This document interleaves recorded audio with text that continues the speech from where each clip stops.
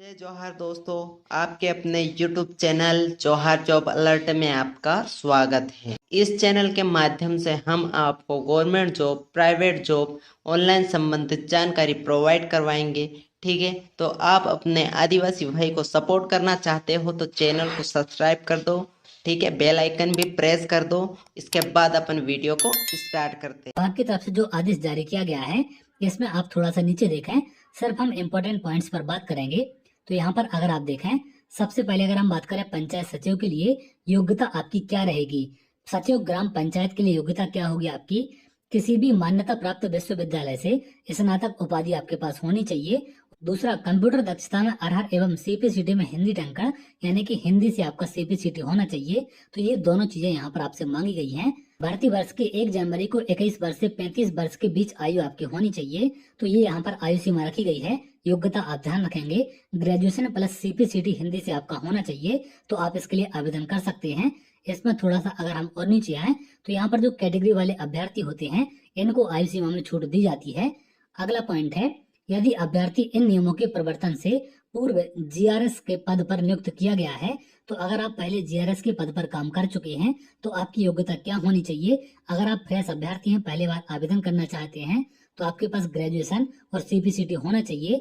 अगर आपने जीआरएस के रूप में काम किया है तो माध्यमिक शिक्षा मंडल मध्य प्रदेश से हायर सेकेंडरी आपके पास होना चाहिए, यानी कि 12वीं पास आप होनी चाहिए, और सीपीसीटी आपके पास हिंदी में होना चाहिए। तो इन पदों के लिए आवेदन आप कर सकते हैं।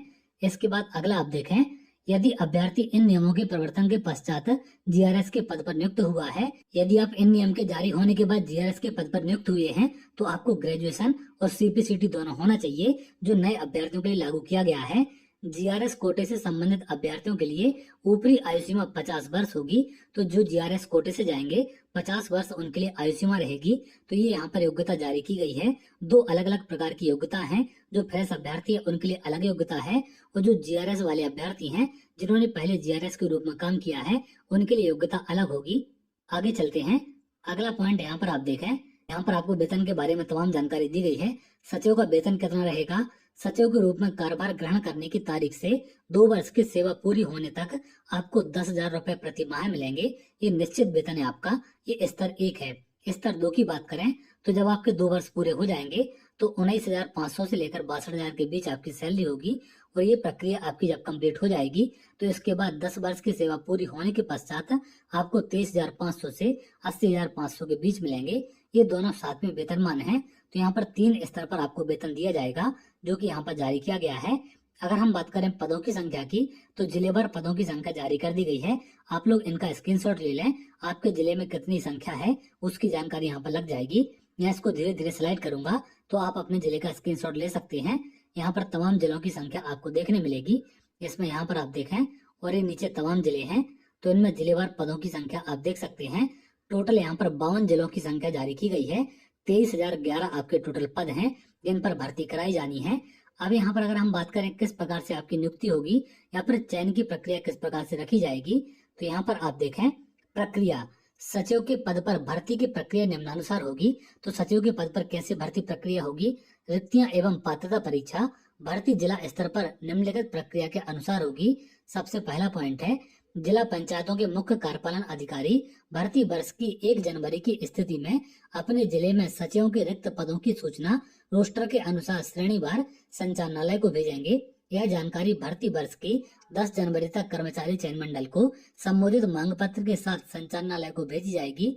तो जिला पंचायत के जो मुख्य कार्यपालन अधिकारी होते हैं, इनके द्वारा खाली पदों की जानकारी संचालनालय को भेजी जाएगी। इसके बाद आगे क्या होगा?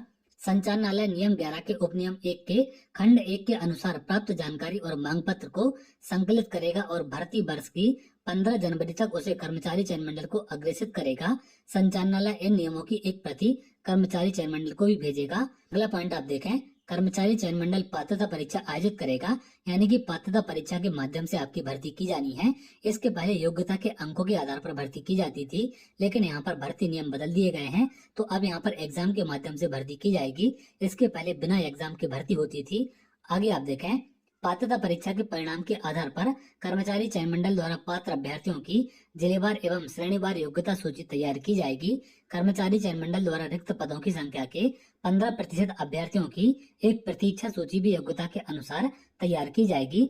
तो जितने भी पद आपके खाली होंगे जिन पर भर्ती की जानी है, उसका 15% अभ्यर्थी वेटिंग में रहेंगे। आगे आप देखें, आगे यहाँ पर और तमाम जानकारी आपको देखने मिलेगी। यहाँ पर कुछ और जानकारी आपको इम्पोर्टेंट दी गई है। तो कर्मचारी चयन मंडल के माध्यम से आपकी भर्ती की जानी है। यहाँ पर कुछ और इम्पोर्टेंट नियम है आपके। यदि 2 या 2 से अधिक अभ्यर्थी पात्रता परीक्षा में समान अंक प्राप्त करते हैं तो समिति उस अभ्यर्थी को प्राथमिकता देगी जिसकी आयु अन्य अभ्यर्थी से अधिक होगी, तो अधिक आयु वाले अभ्यर्थी को प्राथमिकता दी जाएगी। यदि अभ्यर्थियों की आयु भी समान है तो सीपीसीटी में अधिक अंक प्राप्त करने वाले अभ्यर्थियों को प्राथमिकता दी जाएगी। तो इस बात का भी आप ध्यान रखेंगे। समिति किसी भी अभ्यर्थी की उसकी गृह ग्राम पंचायत में नियुक्ति या फिर पदस्थापना की अनुशंसा नहीं करेगी, तो आपकी खुद की ग्राम पंचायत में आपकी नियुक्ति नहीं होगी। ये नियम यहाँ पर विभाग की तरफ से जारी किए गए हैं। तो उम्मीद करते हैं योग्यता को लेकर, भर्ती प्रक्रिया को लेकर सारी जानकारी आपको क्लियर हो चुकी है और जिलेवार पदों की संख्या भी जारी कर दी गई है। कुल 30,011 पद आपके स्वीकृत किए गए हैं जिन पर आगे चल के भर्ती कराई जाएगी। तो बहुत जल्द आपको भर्ती को लेकर भी अपडेट देखने मिल सकता है। आगे भर्ती प्रक्रिया को लेकर जो भी अपडेट निकल कर सामने आएगी मैं आपको जरूर शेयर करूंगा। तो चलिए आगे अगर आप ऐसी जानकारी चाहते हैं तो हमारे चैनल के साथ जुड़ सकते हैं, जिससे और भी इम्पोर्टेंट अपडेट आपको मिल सके।